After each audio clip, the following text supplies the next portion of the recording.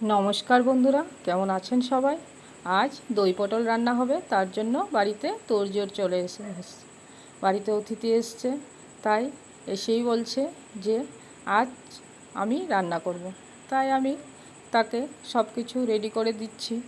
দেখুন কি সুন্দর করে ও বলল যে পটলটা ছোটো মা এভাবে কেটে দাও, তাই আমি কেটে দিচ্ছি। দেখুন সুন্দর করে ও দই পটল বানাবে। তারপর দেখুন ও কী করে রান্নাটা করছে। আপনারা সকলেই পাশে থাকুন। সব সময় তো নিজের হাতে রান্না খেতে সত্যিই ভালো লাগে না, মাঝে মাঝে একটু অন্যের হাতে রান্না খেতেও ইচ্ছে করে। তাই আমি মাঝে মাঝেই অন্যের হাতের রান্নাটাও খেতেও ভালোবাসি আর ভিডিওতে তুলে ধরতেও ভালোবাসি। আপনারা সঙ্গে থেকে দেখতে থাকুন।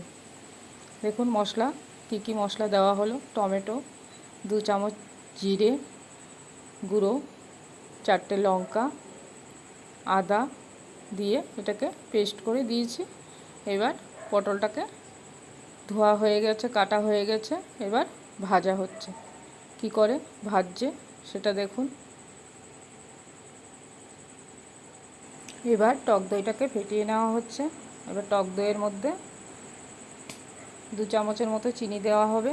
আপনারা আপনাদের মিষ্টি যেমন খাবেন দিয়ে নেবেন। দিয়ে ভালো করে ফেটিয়ে নিতে হবে যেন মিশে যায়। তিয়াশা, কি রান্না করছিস? এই তো ছোট মা, দই পটল রান্না করার প্ল্যান রয়েছে আজকে আমাদের।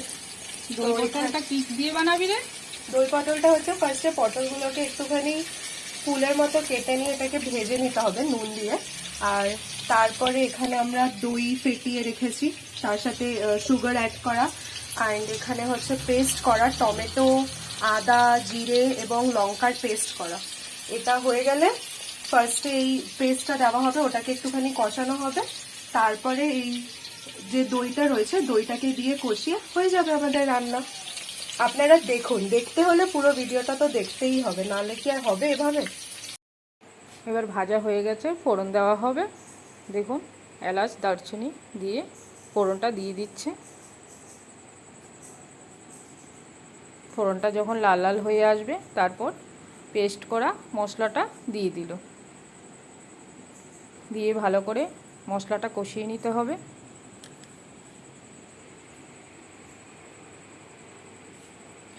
একদম কষা কষা করে বানানো হবে, টেস্টি টেস্টি করে।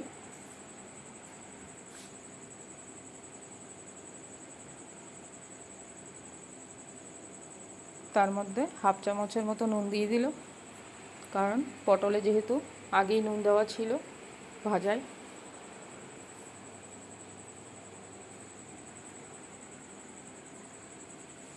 তার সঙ্গে ফেটানো দইটা এবার দিয়ে ভালো করে নাড়াচাড়া করতে হবে।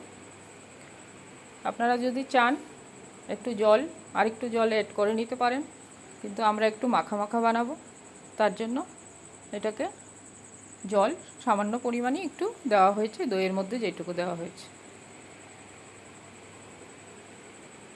এবার ভাজা পটলগুলিকে দিয়ে দিচ্ছে, তার সঙ্গে একটু কাশ্মীরি লঙ্কা অ্যাড করে দিল কালারের জন্য।